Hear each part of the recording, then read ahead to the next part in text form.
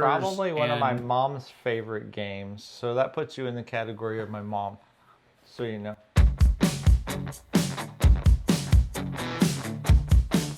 Hey folks, welcome to the Dice Tower. I'm Sam. I'm JT. And this is our bottom 5, that is to say our numbers 10 through 6 of our top 10 trick-taking games. Indeed. Now, we've already done a card games, and I believe there probably were some trick-taking games on that list for probably both of us. Yeah. But these are just trick-taking games. So they're card games with that trick-taking mechanism in them. One of my favorite mechanisms. Yep, it certainly is. That's one of the reasons why I suggested we do it, because we just played one 2 days ago, and that just kind of reinvigorated it. But that's what we're doing. So basically, card trick-taking games are those games where everybody has a hand of cards, and each, we'll call it a round, has multiple tricks in which everybody has to play one or more cards into the pot, and someone is going to end up winning that group of cards for better or worse, depending on the rules and all of that kind of stuff. Sometimes you're trying to score the most points. I think you're trying to score the least amount of points, or somewhere in between. Let's do some honorable mentions. Do you have any? Look at that. Yeah. I will give one honorable mention then, and that's a game called Pies. Oh, that's Pies an is honorable an interesting game because you don't win the trick. You win the ability to draft one of those cards first, which is completely different than most games. So that's an interesting mechanic. So I'll throw that in there because it has an interesting mechanic. Yep, understood. Well, I'm going to throw in as an honorable mention the one we played on Saturday, Rebel Princess, the deluxe edition, because if I could easily see this one getting onto this list with more plays. That was the first time I played it, so I felt kind of cheesy including it on a top 10 after just one play. Yeah. So take that for what it's worth. So that's an honorable mention for me, honorable mention for him. Let's get to it. Number 10 coming up. All right, on. All right, my number 10 is a classic trick-taking game. Nice. And you cannot use a regular deck of cards with it, though. Rook. Oh, there you go. Rook is a game that I played the crap out of in college because people in our dorm played it as if it were a religion. And we're talking like poker championship level I think that characters. was probably one of my mom's favorite games, so that puts you in the category of my mom, so you know. Wow. Rook. Again, a good thing that it's hot outside today. I'll take the shade. Man. All right. Well, Rook is a good trick-taking game, though, and it's a team game, which I like team games. I don't necessarily do well with trick-taking all of the time if I'm just on my own, but if I have a partner and we do well at communicating with card play, not table talk, with card play, I usually enjoy that type of experience much more. Shooting the moon is one of those exhilarating experiences that you hardly ever pull off, but when you do, it's really cool, and you tell people about it for weeks on end. But it's just a fun game, and I enjoyed playing it, so that's my number 10, Rook. Nice. Well, it's nice to see that get on there. All right, my number 10, and I won't tell you how many of these are cooperative, because there are a couple, for sure. But my number 10 is a cooperative game where you're trying to get your pirate boat from one end of the board to the other end of the board and driving with it. It's only a 2-player game, no others, and it's called Sail. Yeah. In Sail, you're playing tricks down, and depending on the symbols... yeah, I think so. It's a little small box, yeah. Depending on the symbols that come up, you're either attacking the Kraken or moving the ship forward. If you're moving the ship forward, it goes based on whoever won the trick, your partner, it'll go their way or your way. So you're trying to navigate around like tentacles that are attacking you from the Kraken. You're trying to navigate around little islands and stuff like that. And you're trying to get from point A to point B in a certain number of hands. And the Kraken's continually attacking you and adding more kind of junk cards in. And he has a small deck, and if his deck runs out, you automatically lose. So you have to fight back. And it's an extremely hard game. At least it's hard for me. Yeah. This is a very difficult game. Really cool trick-taking game. Really cool premise. I think I was at Origins when this game was one of the first Origins that it was released at, I think. I don't know if it was the first convention that it was released at, but Love Thy Nerd was working with All Play, and they were trying to learn how to play this game so that they could demo it, and they were having such a hard time with it. Such a hard time with it. Yeah. And I've heard exactly what you just said. It's a very hard game. Yeah. It's one of those games, but I guess most trick-taking games suffer from that. You got to teach the mechanism first before you Sure. But it just seems with this one in particular, I've heard a lot of people say it's really hard to teach and it's really hard to play. I wouldn't think it's hard to teach. I taught it to 4 different people, but it's definitely hard to play. So I don't know. Either way. Yeah, understood. Yep. That's a good pick. It's a good game. All right, my number 9 is another oldie but goodie, and this one's called David and Goliath. David and Goliath is a trick-taking game that has the caveat in it that not the highest card wins the trick, the lowest card wins the trick. And, you know, that's the whole play on David and Goliath, and the graphics on the cards. You have small, medium, and larges, and all this other kind of stuff. The actual, based on what the number is how big the character is on the card. It also has the caveat of how many points you score. So I think it's if you have suits that have just 2 cards in the cards that you won, those are both worth 2 points. But if you have more than that in the other suits, they're only worth 1 point at the end of the game. So I just, it's one of those games that I remember playing way back when. I haven't owned a copy of this in forever, but as I was raking this, I was just trying to rank what games would I probably be playing and in what order if I owned all of them. Yeah. I don't own a Rook deck anymore, and I don't own David and Goliath, but I would play them in this order. I would probably choose David and Goliath first before I went back to I Rook. probably have a Rook deck, actually. Yeah, well, I mean, they're everywhere, right? Yep, I mean, you could probably find them in a convenience Oh, yeah, you can store. find them anywhere, sure. But that's my number 9, David and Goliath. Nice. My number 9 is where the cat is supposed to stay, because the cat is in the box. No, not the hat? No, it's called the Cat in the Box. Yeah. Now, I will say the deluxe edition's the only one I played. I didn't play the original version. The deluxe edition just has a nice tracking mechanism for... It adds a bunch of tracking mechanisms. Cat in the Box, all of the cards in your hand are black. Yeah. There's no colors in your hand. You get to pretend whatever color you want. But there's only one number of each, I think it's 1 through 12, I can't think off the top of my head, 1 through 10, well, it also depends on how many players, but let's say there's 1 through 10 of a red and a blue and a yellow and a green card, and I play a card out and it's a 6, I can say this is a 6 green, and then that 6 green gets marked, so now there's no more 6 greens until the end of, for the rest of the hand, 6 greens gone, and everybody else has to play a green card. So they have to turn one of theirs into a green card. Well, you don't have to play a green card if you don't want to. You can slough off a different color, but if you do that, that means you have to mark off that you no longer have greens in your hand. So it's very tricky, and really there's a little board that sits out there, and you're trying to get your cards next to each other orthogonally, so they'll score in big groups. It's a very cool game. It's got a lot of cool things going on with it. I will say the downfall of this game, unlike most trick-taking games, is this can be a long game because there's a lot of thinking and stuff like that. So I played a game of Cat in the Box that took over an hour, and that's pretty long for a trick-taking game. But it's a really cool game, and the deluxe version is a really cool look to it. So cool. That's my number 9, Cat in the Box. Not a hat. Nope. Not a blender. Not a blender, that's true. You put the kittens in the blender, the cat's in the hat. I mean the box.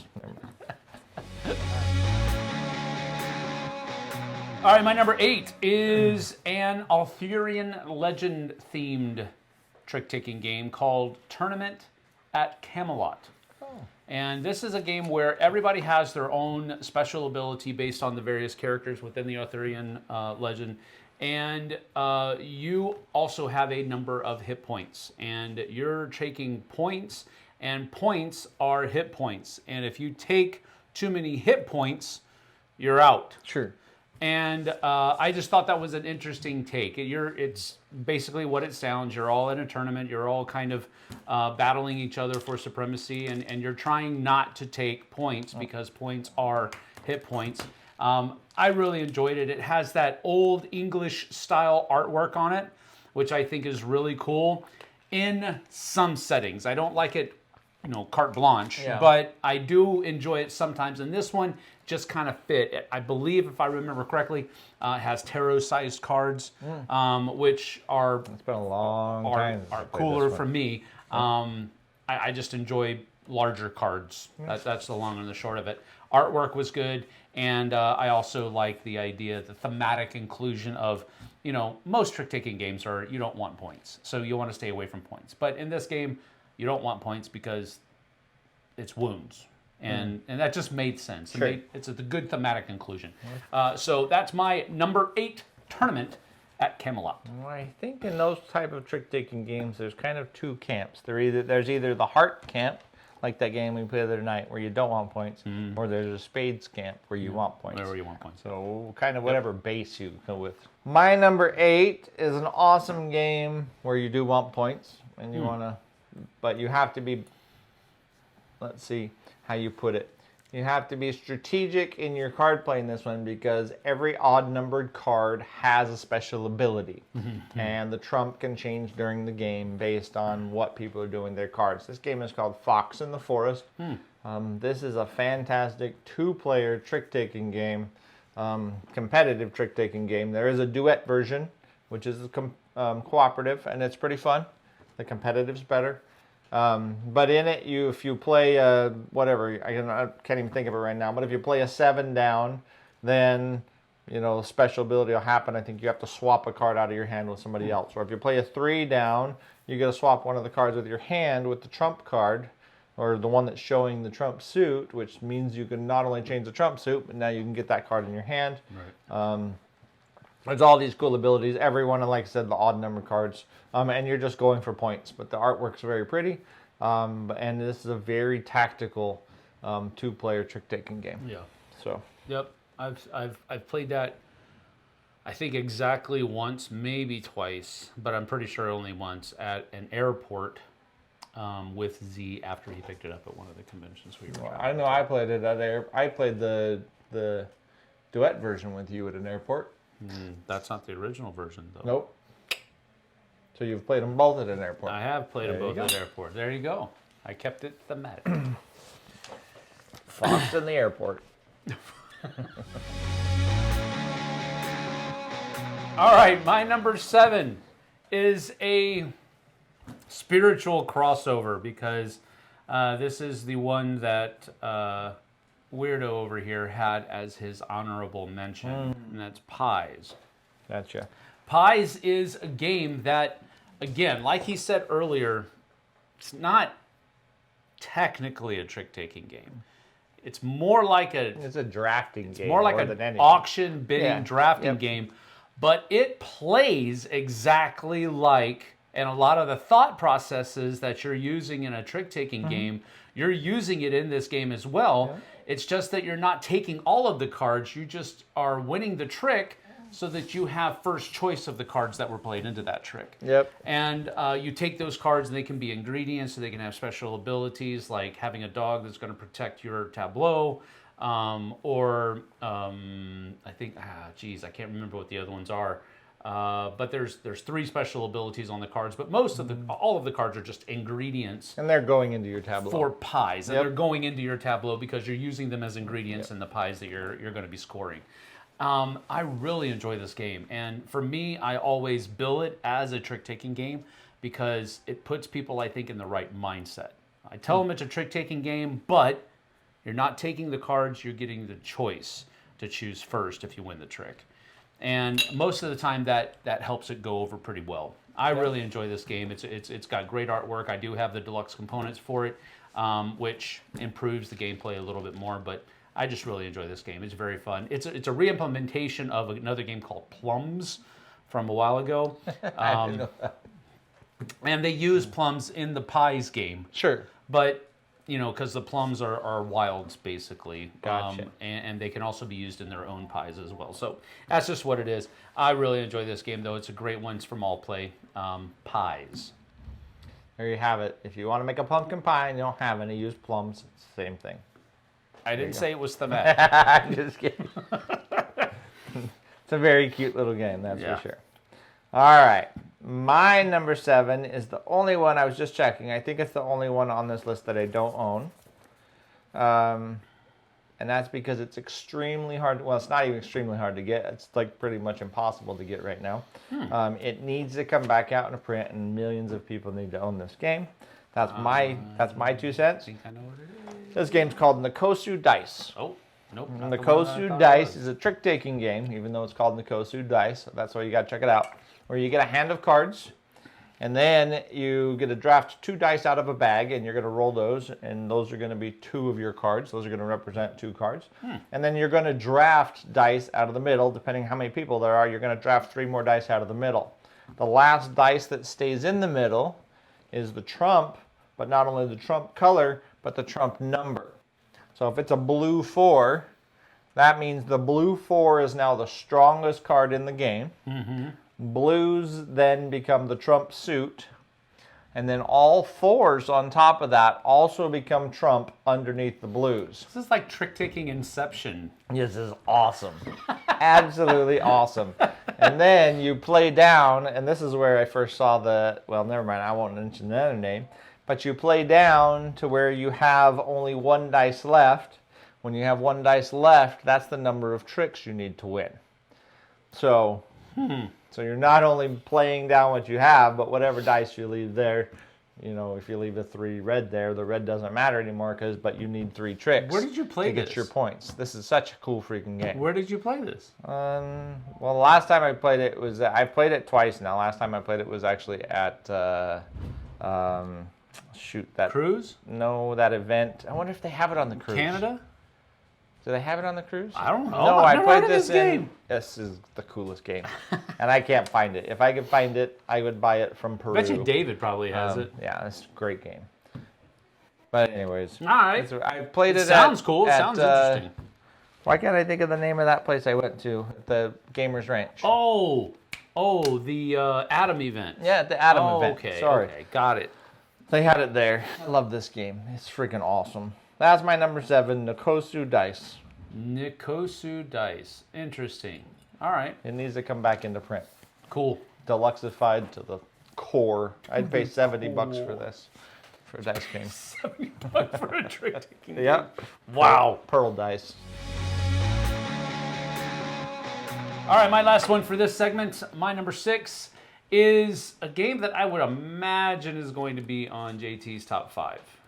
I imagine it will be, but it's not this one. He likes the other one better. I like the Crew, The Quest for Planet 9. Oh. And it's on this bottom half because there's another game that has replaced it for me. But I really still enjoy this. I love the idea of cooperative trick-taking. Yep. Where everybody at the table is working together to accomplish everyone's goals, and that's the only way you can move on to the next round. Rook kind of has that cooperative element because it's team versus team. But it's competitive team versus team, but you're cooperating with your other teammate. So I really enjoy that. I really enjoy cooperative games in general anyway, and trick-taking is another kind of mechanism that I like thrown into that mix. The idea of everybody working together to accomplish a goal and then to move on from that goal is fun for me. So that's why it's my number 6 and not higher. Sweet. Copy that. Well, my number 6 is going to be on your list somewhere else, so that's fair. My number 6 is a game about music, something that I'm not good at making. unless I'm trick taking. So there you go. I'm rhyming. There you go. This game's called Xylotar. Yeah. In Xylotar, you get a bunch of cards dealt out to you, and then you put them in order from the lowest number to the highest number. And the trick is there's different colored cards. So a pink card might be a 0 to 6 range, and a red card is a 1 to 6 range. A red card might be a 1 to 9 range. But you could have a red 3 and a 4 pink, so the pink would be behind the red. But you're going to put them all in order from numbers, and then you're going to put them, hide them, and then give them to the next person, and they're going to put them out face down. So they know all of the colors they have, and they know the ranges those cards are in, and they can see what everybody else has, but they don't know their exact numbers. So you're playing a trick-taking game using deductive logic of who has what cards, and this one might be this or this one might be that. And then as you play cards out of there, you're gaining more information about your cards as you play, which is really awesome. Really awesome. Yeah. And then some point during the game, whenever you want, could be on your first trick, which would be a bad idea during the round. You get to pick a couple of cards to look at and pick one of those as being the number of tricks that you need to win. Unfortunately, you could pick those 2 cards thinking, oh, it's a 2 and a 3 probably, no problem. And you pick them up and they're 2 5s, and you're like, how did that happen? You know, and now you have to win 5 tricks. So, well, you didn't. Yeah. You missed the one thing that really. What's that? That you have to pass your cards. I said that you have to pass the whole stack over and then lay it out flat. I missed face it. down. No, so that's you don't know exactly what nothing. you have. You don't know your numbers. Period. So your neighbor knows what you have, Yep. but you don't know. Yep. But this is a great game. Xylotar, super fun. It's a fun time on the table. Absolutely, very cool game, and a really cool wonky theme as well. Yep, There's no rhyme or reason for why they put so much time and effort into building up the theme behind it. I don't. But know it's the cool. Theme. He remembers the theme. I don't remember. It's a polar bear. I know. Oh yeah, a polar bear. Polar bear that wants to rock out to those 1980s synthesizer. Yeah. I don't care. It's awesome, dude. You're building a Xylotar for a panda, for a polar bear. If it was a sucky game, I would definitely not remember that. But anyways, that's my last one for this list. Xylotar is a fantastic game. That was very loud. Yes, it was. Might have cracked my glass. But that is that. Thank you so much for joining us. We are going to head on over to the Flipside now because you can head over there as well. I've set up the top 5 trick-taking games for your perusal over on the Flipside right now. So go over there and check that out. Before you do, though, leave us a like and a subscribe here. Give us a comment in the comments below. Let us know what you think so far, and then go check out the rest of the list. Thank you for joining us. We appreciate it. We'll see you guys and gals on the Flipside. Take care. See you later.